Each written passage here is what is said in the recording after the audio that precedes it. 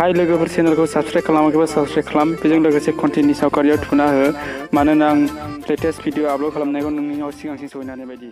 आङो आंनि WhatsAppखौ ओपन खालामबाय आरो बियो मा गासैबो आननोन आरो जेबो गैया आरो आं बेयाव खनथाम प्रेस खालामबाय 1 2 3 पासवार्ड फैबाय होनब्ला आं खुलिनोसै पासवार्डजों 8811 माबोरै गेवखो। लोगोफोर आं दिनै बे भिडिअनि गेजेरजों मोनसे आदब एबा खायदा खोन्थागोन जायनि हेफाजाबजों नोंथाङा बे सेटिंखौ अन खालामब्ला नोंथांनि लोगो एबा न'नि मानसिया WhatsAppखौ ओपन खालामब्ला बेयाव जेबो फैनाय नङा लांदां नुगोन होनब्ला बियो सानगोन जे WhatsAppखौ बाहायाखोमा होननानै। बे आदबखौ मोनथिनो लुबैदोंब्ला नोंथाङा बे भिडिअखौ जोबजासिम नायलांनांगोन मानोना माबोरै अन खालामो सेफटिनि थाखाय हेफाजाब गोनां जागोन। आं फारि फारि बे भिडिअनि गेजेरजों खोन्थालांगोन। फैदो अब्ला भिडिअखौ जागायनोसै।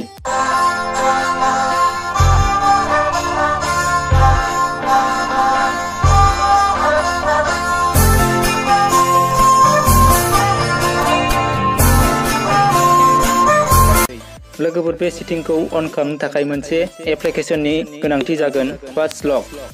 बे एप्सनि लिंकखौ भिडिअनि डिसक्रिपशनाव आं होगोन।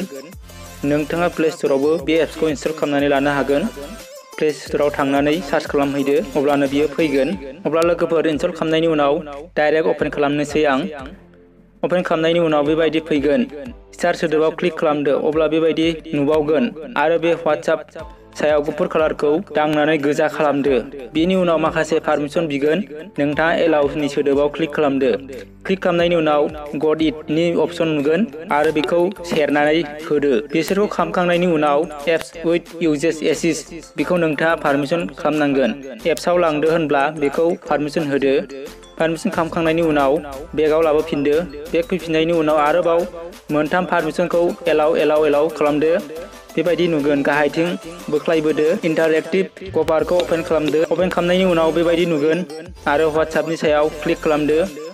अके बटननि फैयोब्ला अब्ला अके खालामदो। बिनि उनाव गाहायथिं पासवार्ड फैगोन बेयाव सेरनानै लाबोदो। पासवार्डनि सायाव क्लिक खालामनायनि उनाव चेन्ज पासवार्ड नुगोन। बेयाव नोंथाङा पासवार्ड गोसोबायदि होनानै लानो हागोन। फर एग्जाम्पल आं होबाय 8811। कनफार्म पासवार्डखौबो एखेयैनो होदो।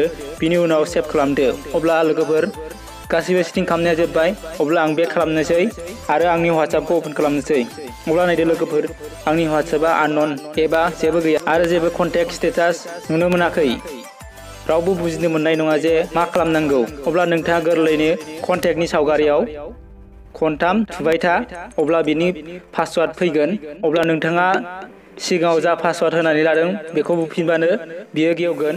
मेसेज कन्टेक्टफोरखौ नोंथाङा गोरलैयैनो नुफिननो मोनगोन। लोगोफोर आं आसा खालामबाय बे भिडिअखौ नोंथांमोना मोजां मोनबाय होननानै। मोजां मोनदोंब्ला लाइक खालाम, शेयार खालाम, साबस्क्राइबबो खालाम आरो जानो हागौ नोंथांमोना साबस्क्राइब खालामनायजों लोगोसे कन्टेन्टनि सावगारिखौ थुवाखै बिनिखायनो आंनि भिडिअआ नोंसिनियाव नुहैयाखै जानो हागौ। बिनिखायनो साबस्क्राइब खालामनायजों लोगोसे कन्टेन्टनि सावगारिखौ थुना हो। गोजोनथोंसै लोगोफोर। जै बर' हारिनि जै बर' राव गेवलांथों।